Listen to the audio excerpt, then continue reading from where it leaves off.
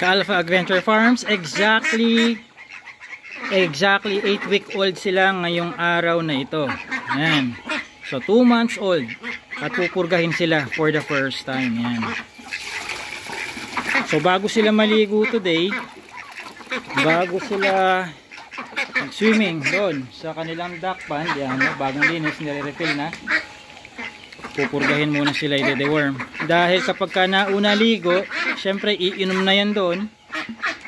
So yung appetite nila to drink water with dewormer ay bababa na. So bago yon, purga muna. So I am not endorsing a specific synthetic dewormer. Yan. So mga sadyang nagpupurga ng gamit ng isang synthetic dewormer, perhaps you already know anong brand nito based sa kulay ng dewormer na yan. So at sa mga nagtatanong naman kung gaano karaming tubig ang dapat ihalo doon sa kung anumang synthetic dewormer na nabili nila, ang safest answer ko dyan ay basahin yung nakasulat doon sa lalagyanan ng dewormer na nabili ho ninyo. Bote man yan, papel na kahon man yan, o plastic na sachet man yan, basahin nyo po yun. Nandoon yung water to dewormer ratio. Kung 2 litro, 1 litro, 1 galon tubig ba kada isang sachet. At iba-iba ho kasi yan, ano? May mga dewormers na 5 grams lang siya na pang 2 litro. May iba naman na 7 grams pang 1 galon. May iba naman 10 grams 1 galon. So iba-iba. Ayan. So ang ginagawa ko niyan, hindi ko pa sila pinapakain ng kanilang feeds ngayong umaga. Dine-deworm ko muna sila para yan ang unang pumasok doon sa kanilang gut system, doon sa kanilang bituka. Pag nagde-deworm ako ng mga alagang hayop, poultry species man yan o yung mga ruminants, inuuna ko yung dewormer. Kung sa kambing naman, sa umaga bago sila pakainin, whether intensive or semi-intensive management ang semi-intensive feeding program ang gagawin, inuuna muna ang pamurga. So gaano sila kadalas nagde-deworm itong mga Peking ducks ko? Ang unang synthetic dewormer na kanilang marireceive ay sa edad na 2 months old, no? Pag 2 month old na sila, bawat breeder, bawat farm ay may kanya-kanyang deworming program. Sa akin, sa edad na 2 months old to sila, binibigyan ng synthetic dewormer. Meron kasi akong natural dewormer. Yun yung abiotics, no? Hindi lang siya prebiotics at probiotics at phytobiotics, isa rin siyang natural dewormer. Pero iba pa rin kasi yung synthetic dewormer.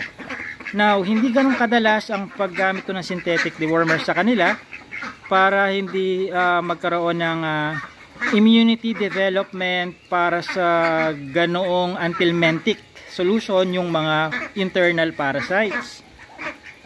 Kapag kasi buong buhay nila, yun na lang palagi ang binibigay mong synthetic na dewormer sa kanila, yung mga future internal parasites kapag nangitlog na sila, somehow nagkakaroon sila ng immunity. Kumbaga parang lumalakas sila at humihina naman yung dewormer para sa kanila dahil nga nasanay na, no, yung mga parasites. So in this case, ang synthetic dewormer ay ginagamit ko lang sa kanila after every 3 months. Kasi yung natural dewormer ko naman, 3 times a day naman silang nakakainom nun. Hinahaluan ng abiotics yung kanilang drinking water 3 times a week.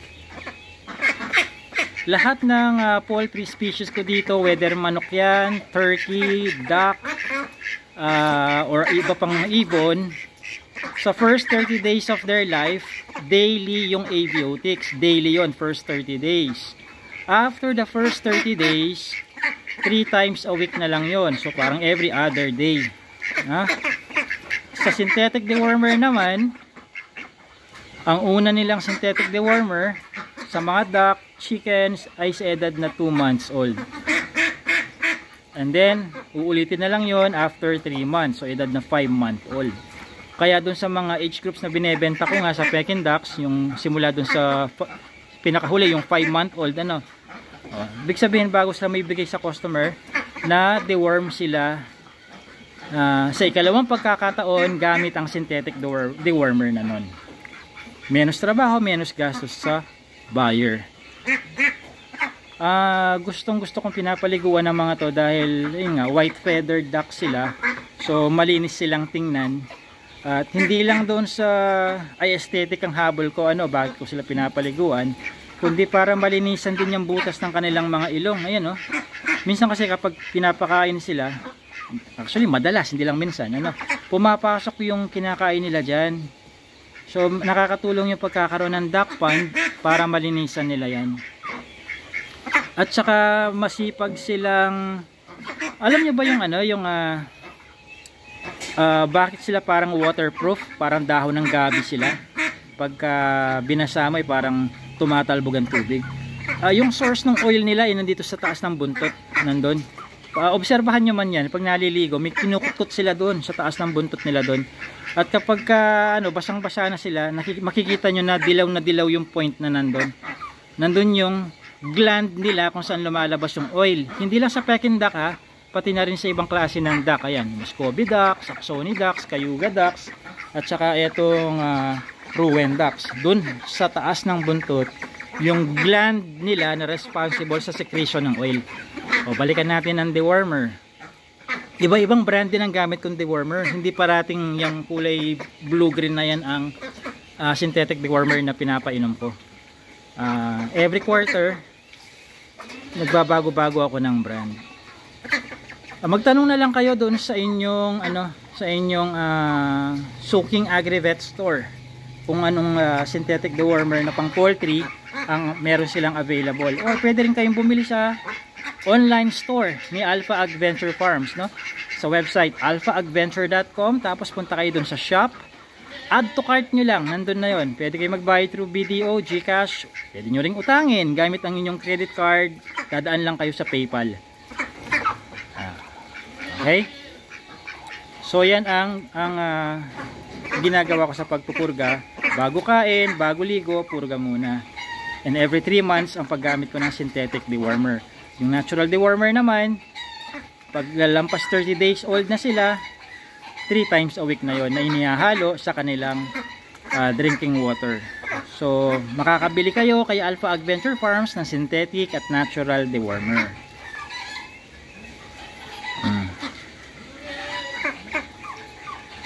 Would you believe 60-day old pa lang ang mga yan today? 2 months old pa lang, 2-month-old pa lang sila. They are 2-month-old Peking ducklings, Sa mga hindi wala pang karanasan sa pag-Peking duck, ganyang kalalaki na, nagtataka sila, bakit duckling pa rin ang tawag ko? Duckling pa rin naman yan 2 months old, 2 months pa lang ang edad nila. Maganda lang yung feeding program ni Alpha Adventure Farms, kaya lumolobo agad ang katawan nila. Isipin nyo na lang gaano pa kalaki itsura ng mga yan after 1 more month. Now after silang pa inumin na ganyan, mga ilang oras bago sila pakainin. After 1 hour doon ko pa lang sila pakakainin. So lilinisin muna yung kanilang mga feeders na yan, sasabunin, i-disinfect, syempre babanlawan.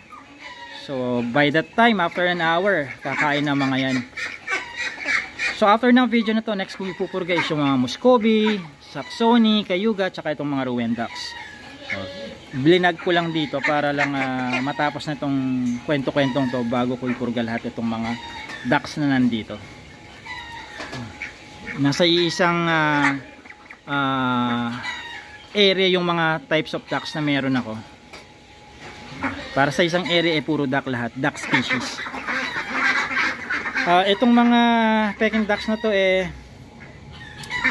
aligaga nga lang sila. Konting kibot mo lang parang na sila, na-activate yung kanilang fight or flight instinct. Unlike yung Muscovy duck, nakahilata silang ganyan. Pag pumasok ka, para pa rin silang statwa, steady, tahimik. Unlike itong mga Peking ducks, maingay, no? Ayan. Okay, so I hope that helps. Nakapulutan nyo ng lesson para kung gusto nyo i-adapt sa sarili ninyong deworming program for your Peking ducks, you are more than welcome to do so.